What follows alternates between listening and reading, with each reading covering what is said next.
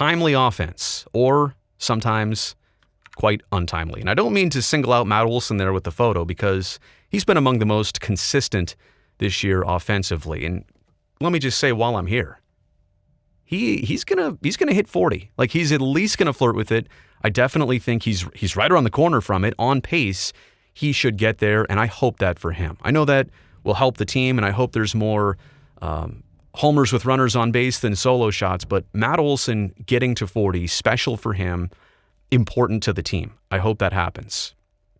But timely offense, or lack of, has been the number one issue all season. You could talk to me about pitching and the bullpen and sometimes team defense and whatever, but the fact that the A's have runners on and a lot of times can't convert those base runners into runs, that's been it all season. Now, another part of this, which I uncovered last night, I suspected this was the case, but it was confirmed. The A's lead Major League Baseball in solo homers this year. That's a little bit good, but that's largely not great. You want to get all the runs you can with runners on base. You want to get all the homers you can with runners on base, obviously. They don't have very many 3-run shots. I think they only have 1 grand slam this year. The point being is that maybe A's hitters are being pitched differently with nobody on. Maybe they're being pitched more aggressively. Maybe they're not able to capitalize in at-bats where, like I said, they're being pitched differently with runners on, pitched more conservatively, seeing less hittable pitches, seeing less challenge pitches.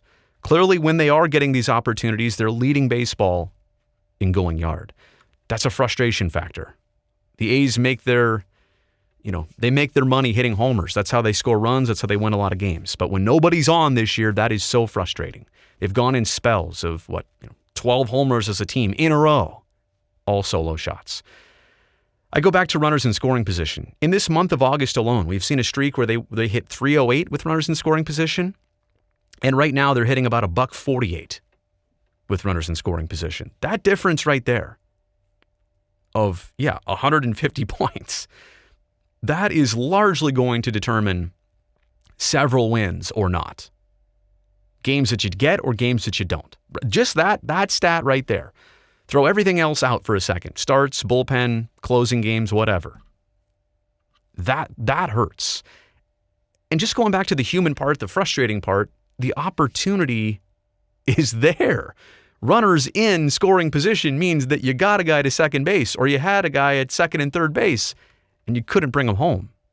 So the A's, it's not like their offense is completely dormant. It's not like the chances are never there. They can't get anything going. They get something going, they just can't finish it.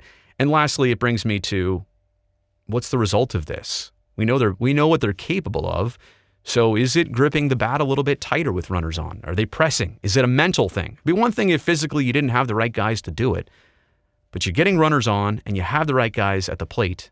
It just hasn't been happening. This, to me, is probably the number one issue for the A's down the stretch and into the postseason. It's what to pay attention to.